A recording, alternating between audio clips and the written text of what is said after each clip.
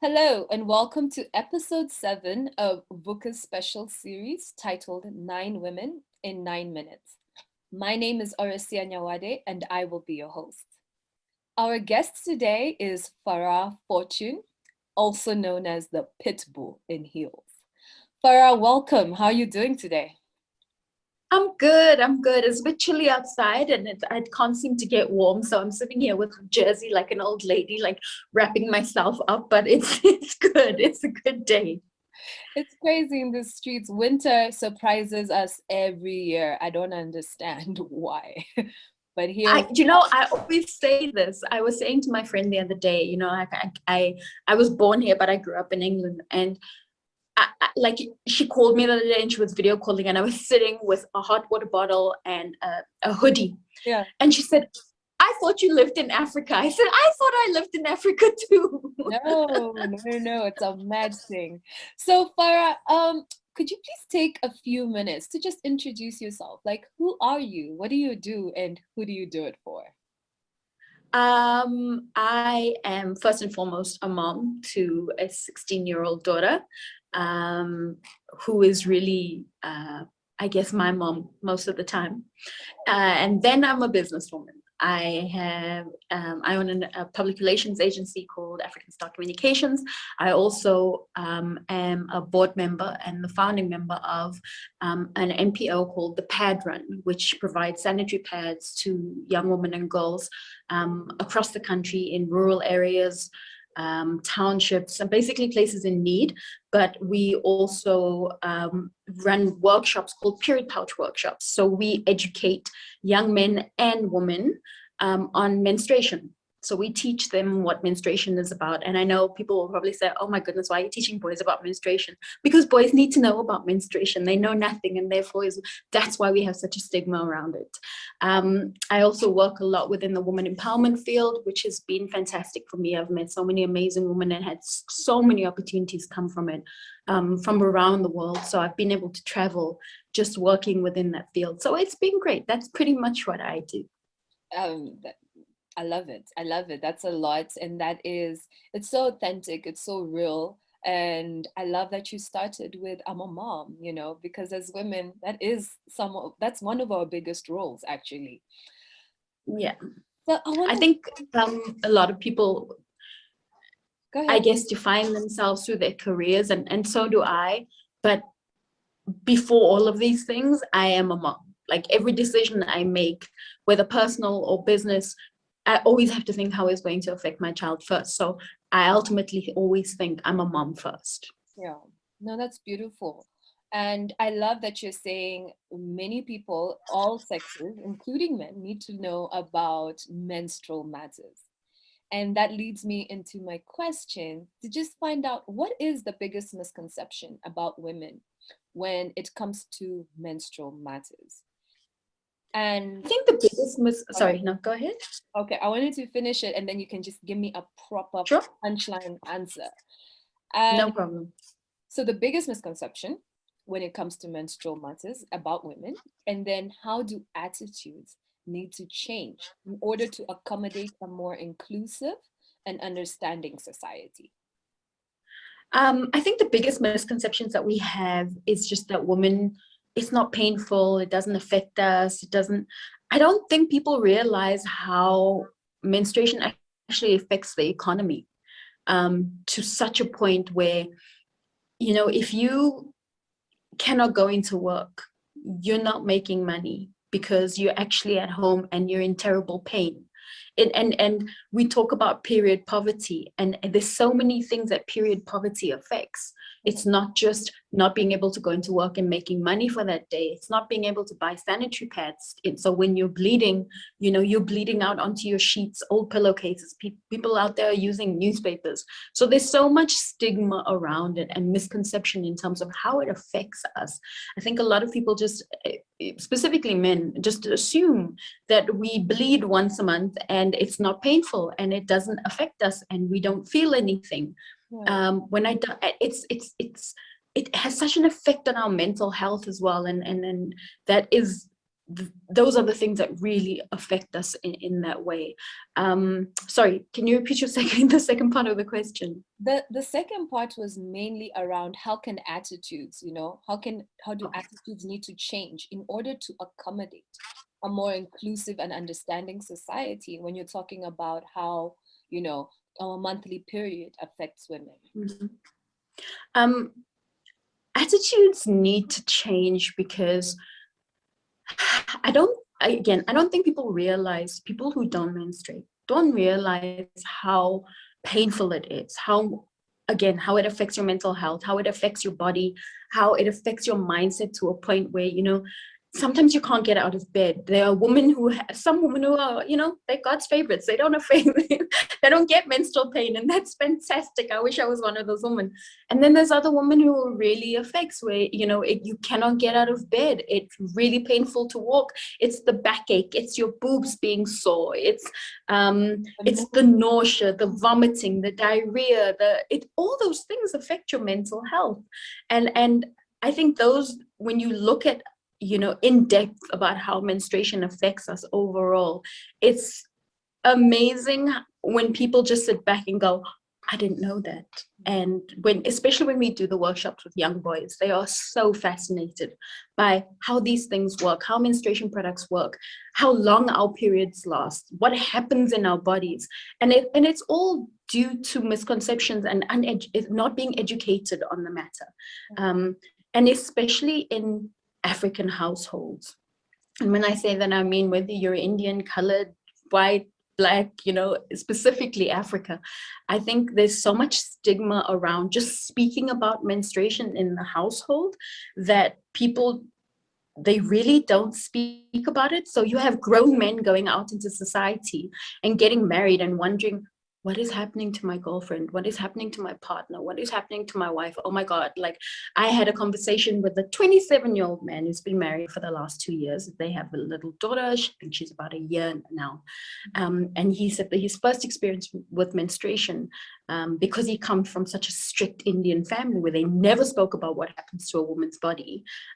He said he was so surprised at how painful menstruation was for his wife, how, in terms of how much sanitary pads were, the fact that, her asking him to buy some for her was such a taboo for him at first, because he didn't realize he could even buy it. And I mean, and that's a man at 27 years old and not understanding those little things. So we really do need to speak about it in our households, and we do need to speak about it to our little girls and boys, because that's where it starts with us at home. Yeah. And speaking about it just educates people, and they're able to be a lot more kinder to Yes. us as women during that time. And I know one thing for sure is the mood. I might not get the pains, but it really affects my mood. And we don't know what's happening. Like, people want to say women are crazy. What's wrong with you guys? And you're like, look, the world, my body is taking over my mind right now and my emotions, and I don't know what to do. So I'm really happy that you are playing in the space, which leads me to my next question and chat with you around the pad run that you're currently running, for women who don't have the economic resources, right? So can you Yeah. please tell us a little bit more about it, and specifically like the impact it's had so far and how sustainable the solution is over time? Okay, so the pad run started as literally years ago, not necessarily as the pad run. It was just, I got to this point in my life where I was like, I can buy my own birthday presents, so I want to be able to give on my birthday. So I used to ask people to please buy me toiletry packs with sanitary pads in it, a toothbrush, just soap, washcloth, and I would give it away to girls' homes, orphanages, um, every year. So I would basically just have these packs and I'd give them away. And then, during the pandemic last year, when the pandemic just started last year, I realized, okay, so all these women who usually go to sanitary pad banks or people who used to donate, they're not able to do that now, either from an economic point of view or just from a physical point of view, not being able to be outside. Mhm. And it really worried me. I was like, how are women getting sanitary pads? I don't understand this. So I decided that I was going to use my social media following and ask people to help me raise 100,000 Rand in order to buy 10,000 sanitary packs to distribute around the country. And I was really lucky I was able to do that. And people were so generous. And I realized I needed to make this something more formal because there's a huge need for it. There are a lot of NPOs. There are a lot of NPOs that deal with menstruation and menstrual products, but there was still a need for more. So I looked up the pad run on Cipro, and I was like, I love this name. I'm going to take it. I really want to start this NPO. And then I brought my sister-in-law and my best friend on board as board members originally. And we kind of just, went with it. And we started running this thing and donating all over the country, raising money as much as we could to basically buy sanitary pads in order to donate. I mean, at this point now, DJ Spectacular and Naves from Metro FM DJs, but they're also artists. They have now come on board as board members, and it's so great because it's so great having male board members on board to speak to young boys about, we need to understand what's going on and what's happening with menstruation, and they really lend their voice to the cause as well, which is fantastic. So we've been able to basically raise money, distribute sanitary pads around the country. It's made a huge difference. People are always in touch with us. I mean, there are people who have food drives who get in touch with us, and they're like, we want to put some food packs together, but we want to put sanitary pads in there as well. So we take out of our stock that we have, because as soon as we get donations, we try and buy as many sanitary pads as we can, so we can keep donating continuously. And people are always coming to us for their communities, the community halls, the community meetings, the orphanages, the homes. And we also donate period pouches that we have.